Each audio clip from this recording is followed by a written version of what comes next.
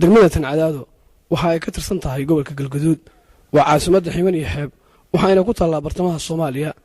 gudaha degmada Cadaado ayaa waxa ku sugan wufuud ka kala timid dalka gudihiisa iyo dibaddiisa hadafka siyaasadeed iyo ajandaha u yimaadeen wufuudaasi ayaa waxa uu yahay mid ka go'an ama ay ka go'an tahay inay isku keenaan ama nabadeeyaan dadka walaalaha ee xurgufta ay soo dhexmartay Ximan iyo Xeeb iyo waliba Galmudug shacabka xoolo dhaqatada ah iyo dadka reer guuraaga oo iyagu inta badan ku dirir dhul-daaqsimeedka iyo deegaanada deriska ay u wadaagaan ayaa waxa soo kala dhexgala xurguf iyo dagaalo ragaaday sidoo kale degmada Cadaado waxa ay leedahay kulleejooyin jaamacado iyo waliba iskoolada wax lagu barto deegaanada Ximan iyo Xeeb iyo Galmudug ayaa ku hormaray dhinac walba oo xagga nolosha ah kuwaas oo iminka aad u danaynaya inay hore u sii tilaabsadaan xanaanka geedi socodka nabadda ee ay ku tilaabsadaan labadan deegaan ay iminka aysan diyaar u ahayn inay dib ugu laabtaan xurguftii iyo khilaafaadkii iyo waliba burburka ay soo mareen deegaanadaasi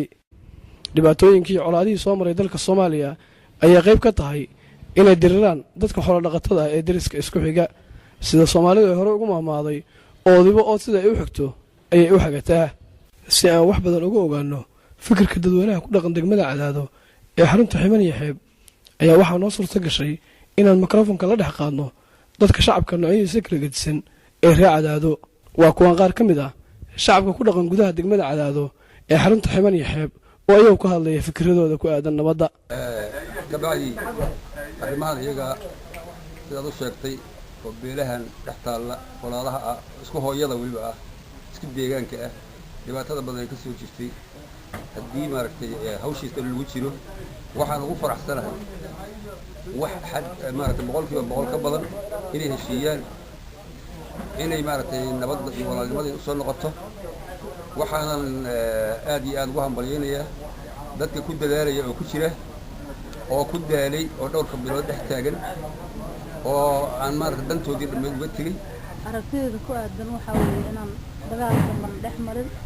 oo aan heshiino oo aan isdhex degno oo aan deegaanada isla degno oo magaalooyinka isla degno oo nas garabsano ayaan diyaar u nahay anaga weligeena oo aan haddana u nahay hadeer kadibna waa ka shaqeeya magacaygu waa Cilmi Rooliye waxaan aad iyo aad ugu faraxsanahay waanwaanta iyo dhaqdhaqaaqa nabadeed ee socda waxaan rabnaa inuu si xaqiiqo ah u dhaco colaadan iyo maxaan ku radaa israaxiixan beelahan waqti dheer u soo socday sidaa darteed hadda ayay markii ugu rajada roonaad in noola eg tahay mar haddii dhowr goor la wada hadlay dabcan way dhacayaan dhacdooyin oo shirkan ama wada hadalladan waxyeelaya laakiin waxaa la rabaa in loo dul qaato dhacdooyinka ay dadka fidnadoodayaasha keeni doonaan waa in lagu xisaabtamaa in dagaalku waqti dheer socday nabadduna ay u baahan tahay waqti ka sii badan intaas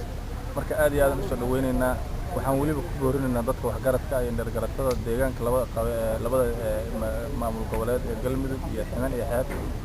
inay burburka iyo dhibaatooyinkii soo maray dalka Soomaaliya waxa ay ragaadiyeen ama dib u dhac ku keeneen naf iyo maal iyo weliba hanti fara badan oo ay ku lumeen dadka dirirta u dhaxayso gaar ahaan kuwa xoolo dhaqatada ah iminka saasaanta iyo nabadda laga dhex wado